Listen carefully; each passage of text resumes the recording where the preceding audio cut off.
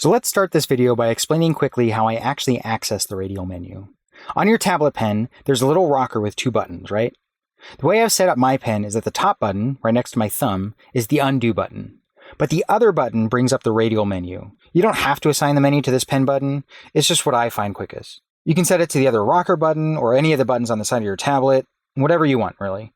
Now let me just give you a quick tour of all the functions I've assigned to my Radial menu. The Fill White Space Behind shortcut, we've already seen what this does in the last video. Expand and Fill, which I also talked about in the last video. The Expand and Contract selection tools, which I personally find useful, but I don't know if everybody needs it here. I just often find myself having to expand or contract my selections for whatever reason, and I hate having to go all the way up to the Select menu, then Modify, then Expand or Contract. Anyway, enough about that.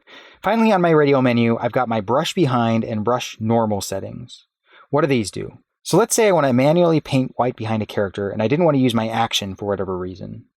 All I have to do is bring up my Radial menu and hit the Behind button. This changes the brush mode to Behind. Now, when I paint on the drawing layer, it paints behind the pixels that are currently there. And if I want to go back to the normal brush mode again, I just bring up my Radial menu and hit Brush Normal. So how do you set this up?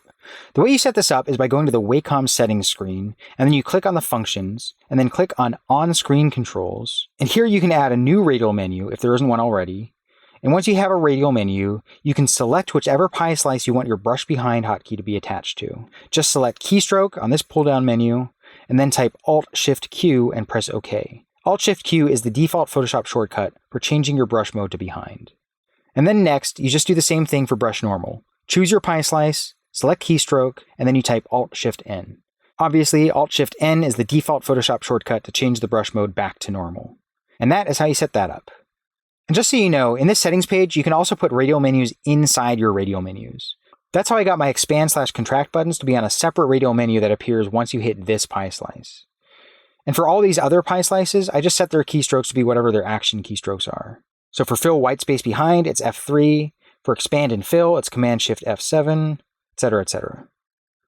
Okay, I think that's about it for the Radial menu. I know it seems like there's a lot to figure out with all the hotkeys and actions and menus and stuff, but remember that this is just how I personally storyboard. Everyone's got their own workflow, and you may not find everything here useful for yours. So just take what you want, leave what you don't. See you for the next video, where I'll be covering file organization using Bridge.